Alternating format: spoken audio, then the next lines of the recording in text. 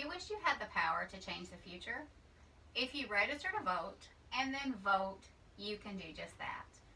It is your constitutional right to vote. If you don't like a candidate, whether it be in your state or in our nation, you have the power to vote them out of office. If there is a policy you don't agree with, you can vote and try to change that. The first thing you need to do is to check and see if you are registered to vote. If you are registered to vote, then you're good to go. You have nothing to worry about.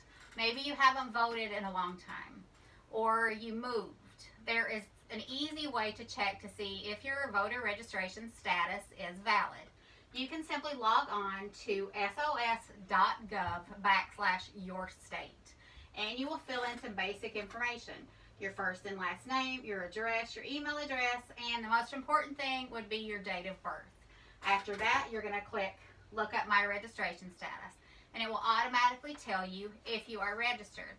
It will also tell you where you vote, which is a very important thing. It'll tell you where to go to vote, which is called a polling place, and it will tell you what precinct that you are registered to vote in.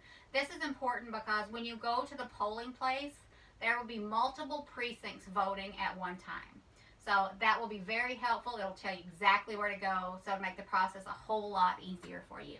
Now, if you've never registered to vote and you know that you need to register, there are a few things that you need to be before you can register to vote.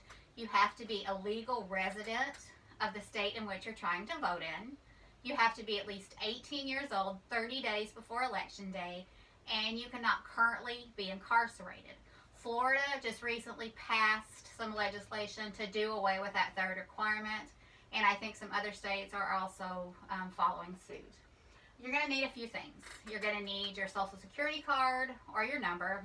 A lot of us know our social security numbers, but most of us don't know our driver's license number. So you will probably need your driver's license or your state ID before you fill out the application. Now, you can register online in 31 states and Washington, D.C.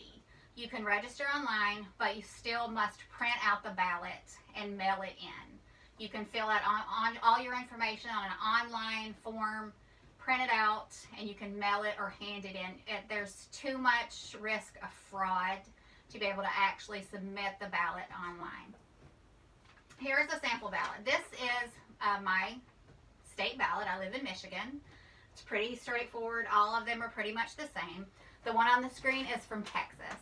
And you'll see it's first question it asks you is, why are you filling out this application? Is it because you're a new voter? Is it because you need to change your name or address? Maybe you got married, you got divorced, you moved to a new house, from an apartment to a house or something like that. Or if you just need a new voter ID card.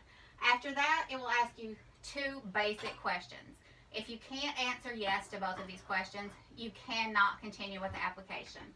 If you can say yes to you're a U.S. citizen and yes till you'll be 18 30 days before Election Day, then you can go ahead and fill out the rest of the application.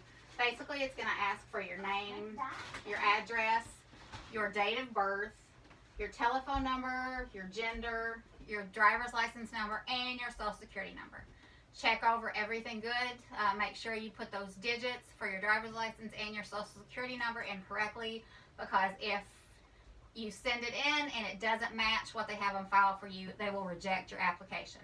Then you will sign it and date it, and then it's ready to be submitted. Now, you can hand deliver it, or you can mail your application in. I will caution you that if you mail in your application, you will need to include a copy of your driver's license or state ID. I actually mailed mine in when I first moved to Michigan. I mailed my husband's in and my mom's, and it was a couple of months, I think, before we got back the voter ID cards. So it's a painless process. It doesn't cost anything, so please, I recommend that you do this.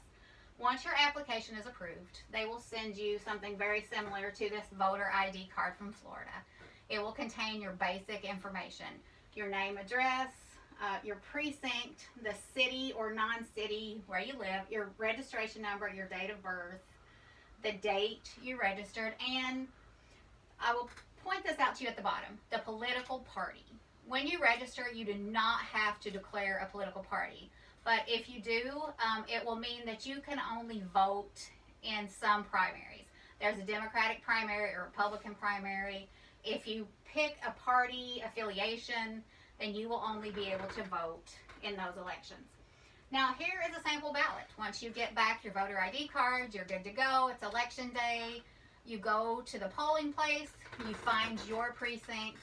Here is what a paper ballot would look like. It's basically like when we were in school and we were taking exams.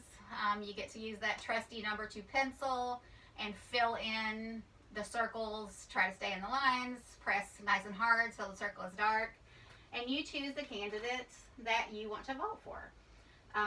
The first time you vote, you must vote in person. You cannot send an absentee ballot the first time. They have to do the voter and signature ID match. They have to see your driver's license the first time.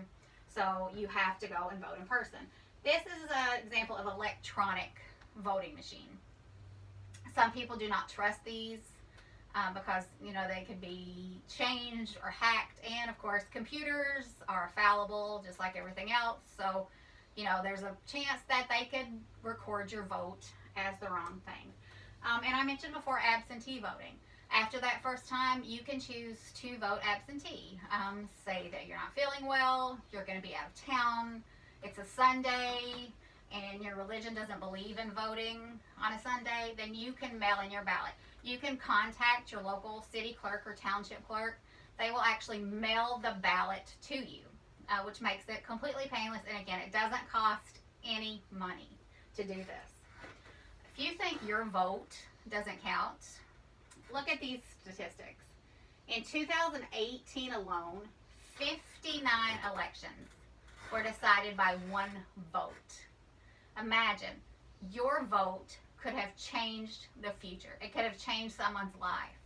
It could have put in place a policy that you wanted to see put in place. It could have put the candidate that would have gone above and beyond for you and your family. So please, I encourage you to vote. Your one vote is a powerful one. So please, cast that vote. Thank you.